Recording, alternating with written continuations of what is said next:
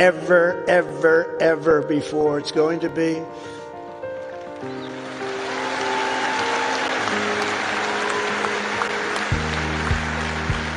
As you embark on this great adventure, let me share some of the biggest lessons I've learned from a lifetime spent building dreams and beating the odds. I beat a lot of odds. A lot of odds. A lot of people said, I don't know. But it worked out okay. Where are we? Oh, gee, I'm president. How did that happen? Now, you're going to be in the same position. But some of the, would you like to hear some of the ideas, or should I just skip over that part, huh? That's going to be more interesting than all the other stuff, which was slightly political, right? I'm going to give it to you, though, just as I see it and as I've learned it, the hard way and the easy way. First, if you're here today and think that you're too young to do something great, let me tell you that you are wrong. You're not too young. You can have great success at a very young age. You're all very young. In America, with drive and ambition, young people can do anything. I was 28 when I took my first big gamble to develop a hotel in Midtown Manhattan, the Grand Hyatt, and it worked out incredibly well. But I was very young at the time. I was like a very young person in sort of an old person business. Steve Jobs was 21 when he founded Apple. Walt Disney was 21 when he founded Disney. James Madison, James Monroe, Alexander Hamilton, Thomas Jefferson. They were no older than 25 when they began the journeys that etched their names into the history books for all time. So to everyone here today, don't waste your youth. Go out and fight right from the beginning, from the day you leave this incredible university. Go out and fight tough, fight fair, but go out and fight. You're going to be very successful, because now is the time to work harder than you have ever worked before. Push yourself further than you have ever pushed yourself before. Find your limits and then smash through everything. Go and smash through. You've watched that football team smash through. You're going to do the same thing. You're at the age when you have the time and vitality to do really incredible things. If you just give it your all. You'll look back, and a decade from now, you'll be astounded by what you've achieved. You'll remember this day. You'll remember when the guy named Trump was giving the commencement address and he said I could do it, and guess what? I did. I think you're going to remember that very fondly. I hope so.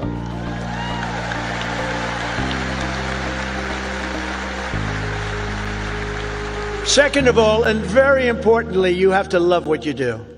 Okay? You have to.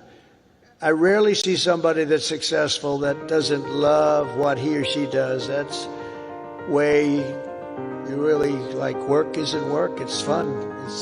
I find it fun. I work all the time and I find it fun. If I didn't find it fun, I wouldn't be successful, whether it was real estate or in showbiz. I had a lot of different careers, but I loved real estate so much, and I was very successful in real estate because I loved it. I learned a lot from my father because I watched him work. He worked he was a workaholic. He loved to work. He's a good man. He was a tough guy, tough as hell, actually.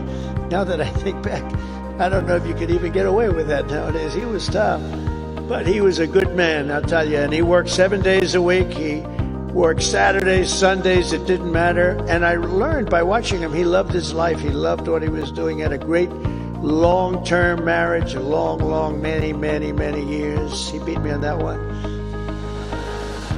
Now, mine are very successful, but they haven't lasted quite as long. It was close to 70 years. That was a long time. I said, Pop, you beat me on that one.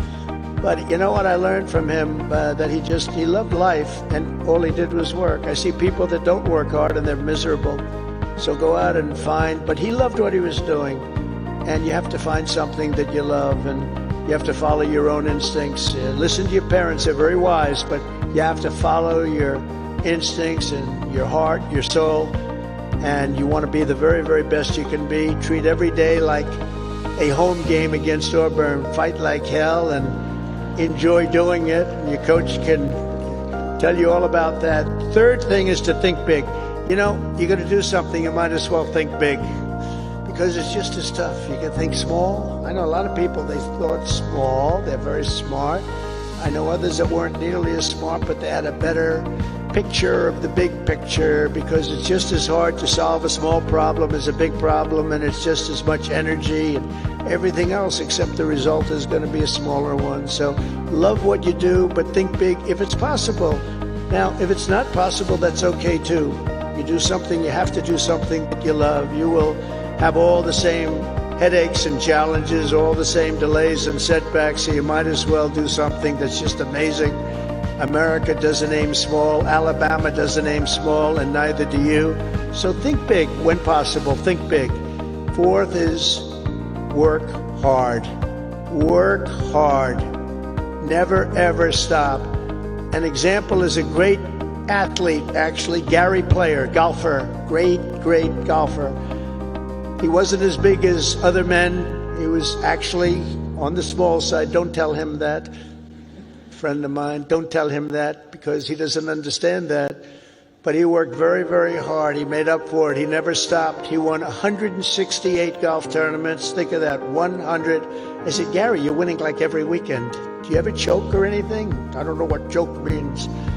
And he made a statement years ago that I read, and I thought it was sort of an incredible statement. He said, it's funny, the harder I work, the luckier I get, right? Think of that. The harder I work, the luckier I get. So you really have to work hard, and you're going to be successful because you have the talent. To get into this school is not easy. To get through it is even more difficult. You have a lot of talent. Fifth is don't lose your momentum. You just want to keep it going, and you have to know if you are losing it. You have to know when you're losing it, so maybe you stop, and maybe it's time to stop. Listen to the feedback, think through your plan very carefully, and keep moving fast. The word momentum is very important. I mean, I'll just tell you a little story about a great real estate developer named William Levitt. He built Levittown. Some of you might live in a Levittown. He was the biggest developer in the whole country in the 1940s and so. And he built these jobs. He started with one house, then 2 houses, then 20 houses, then thousands and thousands of houses. And a company, Gulf and Western, came along and they said, we're going to make you an offer to buy your company. And they offered him a lot of money, more money than he ever thought he could make. And he retired, lost his momentum. He retired, and he led a beautiful life. He had a wife, I must tell you, it was a second wife. It was a trophy wife, what can I say? I don't like telling you everything, but we're all friends, right? Can we talk? We're all friends. He had a trophy wife, and he lived a different life. He moved to the south of France, but he it was a life of tremendous luxury. He had so many millions of dollars. He was given a fortune for the company, and 10 years went by, and then 15 years went by, and he got a call from this big conglomerate, Gulf and Western, and they said, we're not doing well with the purchase, because he used to pick up every nail, every piece of sawdust, every piece of wood, every chip, everything, and he'd sell it, he'd make a couple of bucks, and everything was perfect. They can't do that. You know, these big companies, they don't do that. You see it a lot when an entrepreneur sells to a big company and then he ends up buying the company back for peanuts later on. Happens a lot. But he was the best at what he did. But 15 years went by, and he was so excited, and they sold him back his company. And he started, and he was going to tear apart the world because he got bored with a life of luxury. And he started building and building and building, and the markets turned on him, and he went bad. He lost everything, and he went bankrupt, absolutely bankrupt. And it was a sad story to read. It was such an amazing story because he was so rich, but he paid them, and he bought it for the right price, bought it low, but he went wild. But he lost his momentum. He wasn't good at it anymore. And he was at a party on Fifth Avenue, I'll never forget. And it was a party of a very, very powerful man who was having the party in a magnificent apartment overlooking the park. And I walked in, and there were 50 or so people. I recognized most of them, all the biggest business people in the world, actually. Very glamorous. I was doing well. I was young, and I was doing well.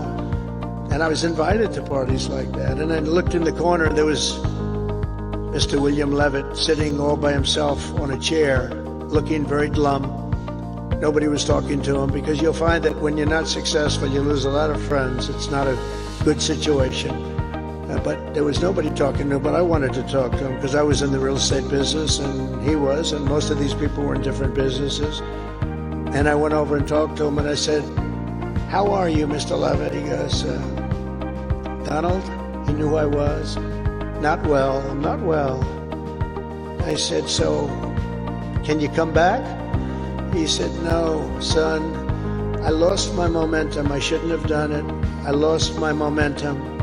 And I never forgot that expression. He lost his momentum. If he would have kept going, instead of selling and relaxing and going into a different life, he probably would have been 3 times bigger than he was, but he lost his momentum.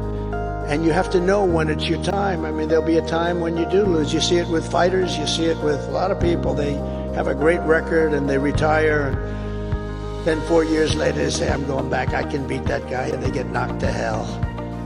And it's not good. It's not good. So he lost his momentum. You have to know when your momentum time is up. I call it momentum time. But follow your momentum.